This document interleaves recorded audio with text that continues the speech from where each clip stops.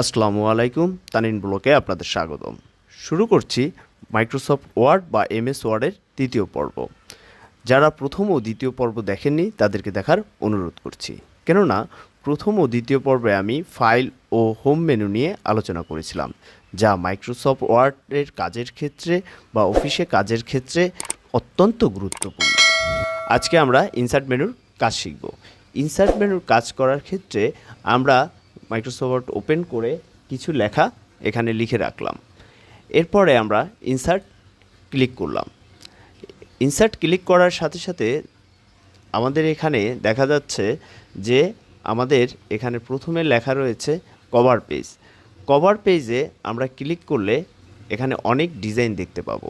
যদি আমার যে কাজটা আমি করতেছি এই কাজটা যদি কোনো বই লেখা বা শিট লেখার ক্ষেত্রে হয়, তাহলে আমাদের সেই শিট বা বইয়ের উপরে যেই কভারটার দরকার রয়েছে টাইটেলটা লেখার জন্য, সেই কভার পেজ বা সেই ডিজাইনটা আমরা এখান থেকে চয়েস করে নিতে পারি।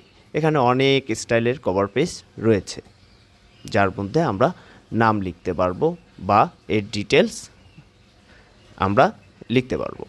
আমরা এখানে যে কোনো কিছু লিখতে পারি, যা যা আমাদের প্রয়োজন আমরা কেটে মুছে আবার নতুন করে লিখতে পারি।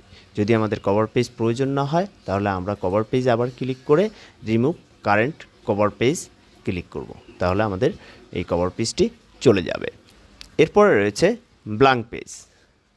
এখানে আমার এখানে 5টি পৃষ্ঠা লেখা রয়েছে, আমরা স্ট্যাটাস বারে সেটা দেখতে পাচ্ছি।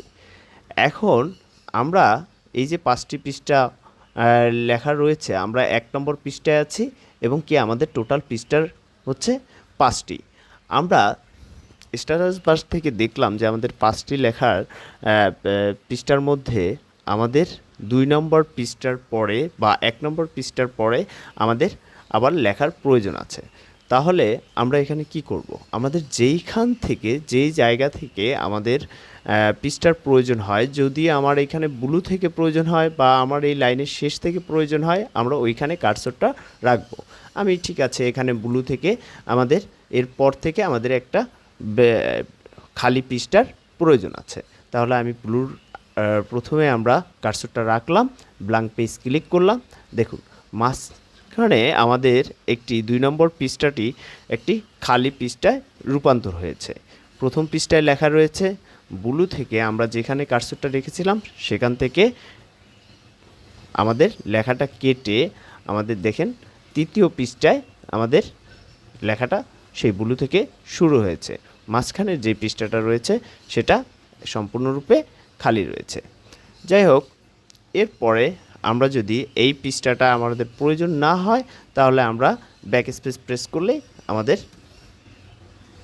আমাদের আগের স্থানে চলে আসবে। দেখুন আমাদের সেই ব্লু আমাদের আগের স্থানে চলে আসলো।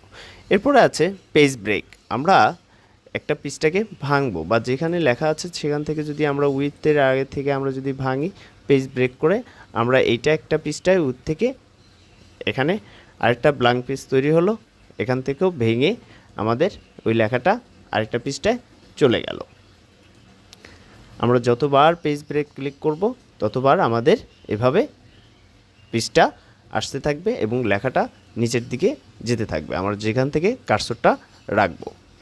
মাইক্রোসফট ওয়ার্ডের কাজের ক্ষেত্রে বিভিন্ন সময় আমাদের টেবিলের প্রয়োজন হয়। এরপরে আমরা কিভাবে তৈরি করব?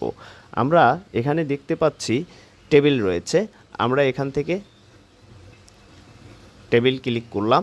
টেবিল ক্লিক করার সাথে সাথে আমাদের কিছু খালি ঘর দেখা যাচ্ছে। আমরা যদি বাম দিক থেকে এই খালি ঘরগুলো ডান দিকে যাই তাহলে আমাদের এটাকে বলা হচ্ছে কলাম, আর আমাদের নিচের দিকে যদি আমরা যাই তাহলে এটাকে বলা হচ্ছে রো। তাহলে আমাদের যতটুকু প্রয়োজন, যেই কয়টা ঘর প্রয়োজন আমরা সেই কয়টা ঘর এখানে গেলেই আমাদের পাওয়া যাবে। যেমন আমি এখানে 4টা কলাম 5টা রো নিব, 3 4 5। আমরা এই 5 পর্যন্ত নিয়ে ক্লিক করলাম। দেখুন আমাদের এখানে 4টি কলাম রয়েছে। কিভাবে? আমরা 1 2 3 4 4টি কলাম রয়েছে। রো রয়েছে কয়টি? 5টি। 1 2 3 4 5। এখন এই টেবিলের ভিতরে আমরা লিখতে পারবো। এই টেবিলের ভিতরে আমরা লিখলাম। প্রত্যেকটা ঘরে ঘরে আলাদা আলাদাভাবে আমরা প্রত্যেকটা সেলে আমরা লিখতে পারতেছি।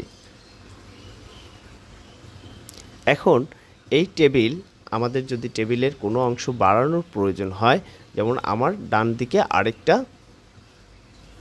কলাম প্রয়োজন হবে, তখন আমরা কি করব? আমরা এখানে লেআউটে ক্লিক করব, আমরা ইনসার্ট রাইট ক্লিক করলে আমাদের ডান দিকে আরেকটা খালি কলাম চলে আসবে। আমাদের যদি একটি রো প্রয়োজন হয়, সেক্ষেত্রে আমরা একটি ইনসার্ট রো আমরা অ্যাবভ বা ভ্যালু ক্লিক করলে, আমাদের অ্যাবভ ক্লিক করলে দেখুন এখানে উপরে একটি খালি ঘর বা একটি ব্ল্যাঙ্ক রো আমাদের চলে এসেছে। আমরা যদি এখানে আমরা ভ্যালু ক্লিক করি, তাহলে আমাদের আরেকটি রো চলে আসলো। এরপরে আমরা এখান থেকে দেখব যে কিভাবে এই সেলটার সাথে আরেকটা সেল যোগ করা হয়। আমি যদি এই 4টা সেল যোগ করতে চাই, 4টা সেলকে আমরা একটা সেলে রূপান্তর করতে চাই, তাহলে আমরা এখানে আবার লেআউট ক্লিক করলাম, যেই কয়টা সেল আমরা যোগ করব সেই কয়টা সেলকে আমরা সিলেক্ট করলাম, আমরা লেআউট ক্লিক করলাম, মার্জ সেল ক্লিক করলাম। দেখুন আমাদের এখানে 4টি সেল ছিল বা 4টি ঘর ছিল, আমাদের সেটা একটি ঘরে রূপান্তর হয়েছে। আমরা যদি এই একটি ঘরের ভিতরে আমরা আরও 2টি কলাম করতে চাই, তাহলে বা 2টি কলাম একটি রো করতে চাই, তাহলেও আমরা স্প্লিট সেলে ক্লিক করব। স্প্লিট সেলে আমাদের 2টি কলাম,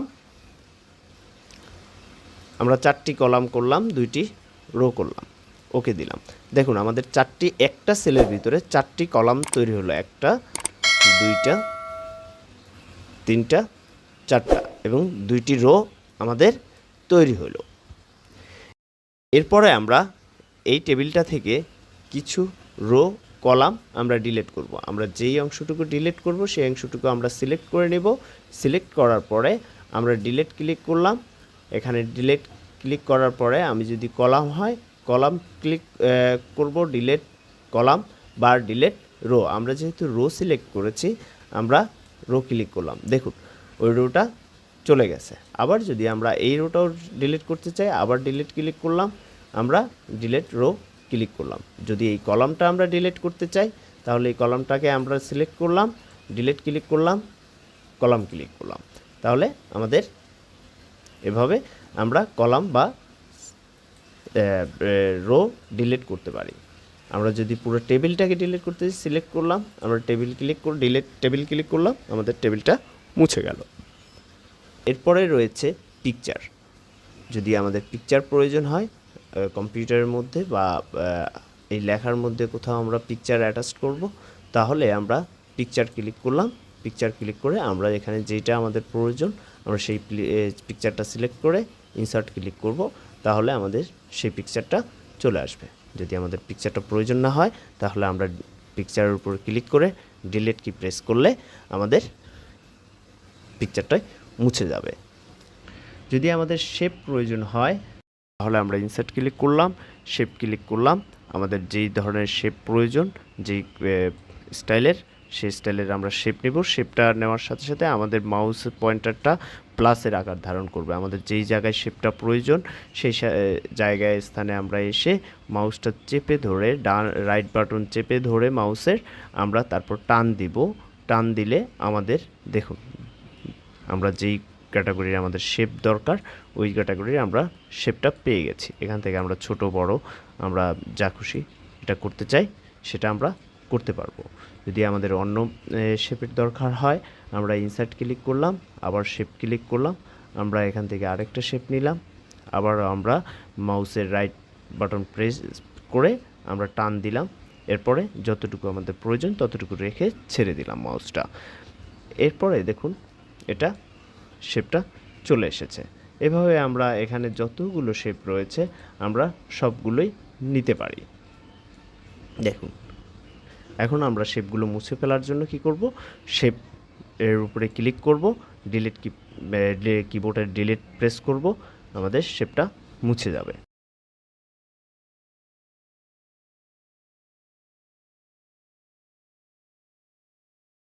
এরপরে আমরা পৃষ্ঠায় পেজ নাম্বার দেব। তাহলে আমরা ইনসার্ট ক্লিক করলাম, ক্লিক করার পরে পেজ নাম্বারে ক্লিক করে আমরা যদি পৃষ্ঠা নাম্বারটা উপরে দিতে চাই পৃষ্ঠার উপরে, তাহলে টপ অফ পেজ, আর যদি আমরা নিচে দিতে চাই তাহলে বটম অফ পেজ ক্লিক করে আমরা কোথায় দেব, ডান দিকে বাম দিকে বা সেন্টারে, আমি মাঝখানে দিলাম, মাঝে বরাবর সেন্টারে দিলাম, তাহলে সেন্টারে আমরা ক্লিক করে ওকে দিলাম। ক্লিক করার সাথে সাথে দেখুন আমাদের পেজ নাম্বারটি অটোমেটিক পড়ে গেছে। আমাদের 5টা পৃষ্ঠা লেখা আছে, ওই জন্য আমাদের 5টা পৃষ্ঠায় অটোমেটিক পেজ নাম্বার পড়ে গেছে। এখন আমরা ক্লোজ হিডার অ্যান্ড ফোল্ডার দিলে আমরা আমাদের স্বাভাবিক পৃষ্ঠায় চলে আসব, কিন্তু আমাদের পেজ নাম্বারটি থেকে যাবে এখানে। এরপরে আমাদের রয়েছে টেক্সট বক্স। আমাদের অনেক সময় দেখা যায় যে লেখার মধ্যে আমাদের বিভিন্ন সময় বক্সের মধ্যে লেখা থাকে, তখন আমরা কি করব? আমরা একটু খালি স্থান নিলাম, আমরা এখানে টেক্সট বক্সে ক্লিক করলাম, আমরা এখান থেকে যে কোনো একটা টেক্সট বক্স আমরা ক্লিক করলাম। দেখুন এই টেক্সট বক্স এর মধ্যে কিছু লেখা রয়েছে, আমরা এই লেখাগুলো মুছে আমরা যে লেখাটা চাই সেইভাবে আমরা লিখতে পারি। লিখে এই টেক্সট বক্সটা আমরা যে কোনো স্থানে মুভ করতে পারি। যদি আমরা এই টেক্সট বক্স মুভ করি এক স্থান থেকে আরেক স্থানে, তাহলে লেখাটাও তার সাথে সাথে মুভ করতেছে, কারণ এই লেখাটা হচ্ছে টেক্সট বক্সের মধ্যে। আমাদের টেক্সট বক্স প্রয়োজন না হলে আমরা টেক্সট বক্সের যেই গ্রিড লাইনটা রয়েছে এই লাইনের উপর আমরা ক্লিক করলাম, আমরা কিবোর্ডের ডিলিট কি প্রেস করলাম, লেখা সহ আমাদের বক্সটা মুছে গেল। এরপরে রয়েছে ড্রপ ক্যাপ।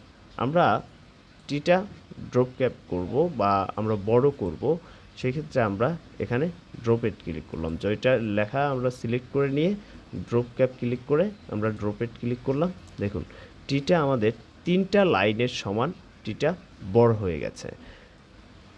এটাই হচ্ছে ড্রপ ক্যাপের কাজ। আমরা আবার সিলেক্ট করলাম, ড্রপ ক্যাপ ক্লিক করলাম, নান ক্লিক করলাম, আমাদের স্বাভাবিক অবস্থানে চলে এসেছে। এরপরে রয়েছে আমাদের ইকুয়েশনে আমরা ক্লিক করলাম। আমাদের এখানে যত ম্যাথমেটিক্যাল আমাদের লেখা রয়েছে, আমরা এই ম্যাথমেটিক্যাল লেখাগুলো আমরা এখান থেকে লিখতে পারবো। এখন আমরা এখানে আমাদের যেটা প্রয়োজন, আমরা প্রয়োজন হোক XYZ প্রয়োজন হোক, আমরা এইভাবে ম্যাথের বা বীজগণিতের যে অংশগুলো আমাদের প্রয়োজন সেভাবে আমরা এখানে ইকুয়েশনের মাধ্যমে লিখতে পারবো। এরপরে আমরা এটা যদি ডিলিট করে দিতে চাই, আমরা এখানে ক্লিক করে আমরা ডিলিট প্রেস করলে আমাদের ইকুয়েশনটা মুছে যাবে। এরপরে রয়েছে সিম্বল। আমরা বিভিন্ন ক্যাটাগরির যদি সিম্বলের প্রয়োজন হয় আমরা এখান থেকে নিতে পারি। আমাদের এখানে অনেক সিম্বল রয়েছে, আমরা যে কোনো আমাদের সিম্বলটা প্রয়োজন হলে আমরা সেই সিম্বলে ক্লিক করে আমরা ইনসার্ট ক্লিক করলে সেই সিম্বলটা আমাদের এখানে চলে আসবে। ইনসার্ট ক্লিক করলাম, দেখুন ক্লোজ ক্লিক করলাম, এখানে আমাদের ওই সিম্বলটা চলে এসেছে। আমাদের প্রয়োজন না হলে আমরা ব্যাকস্পেস বা ডিলিট দিয়ে প্রেস করে কেটে দিতে পারি। যাই হোক, আজকে আমরা ইনসার্ট মেনুর গুরুত্বপূর্ণ যেই সকল কাজগুলো আমাদের খুব জানা খুবই প্রয়োজন সেই কাজগুলো আমরা দেখলাম। যদি কারো কোনো প্রশ্ন থেকে থাকে তাহলে কমেন্ট সেকশনে অবশ্যই জানাবেন। আজকের মতো এখানে বিদায় নিচ্ছি, ধন্যবাদ।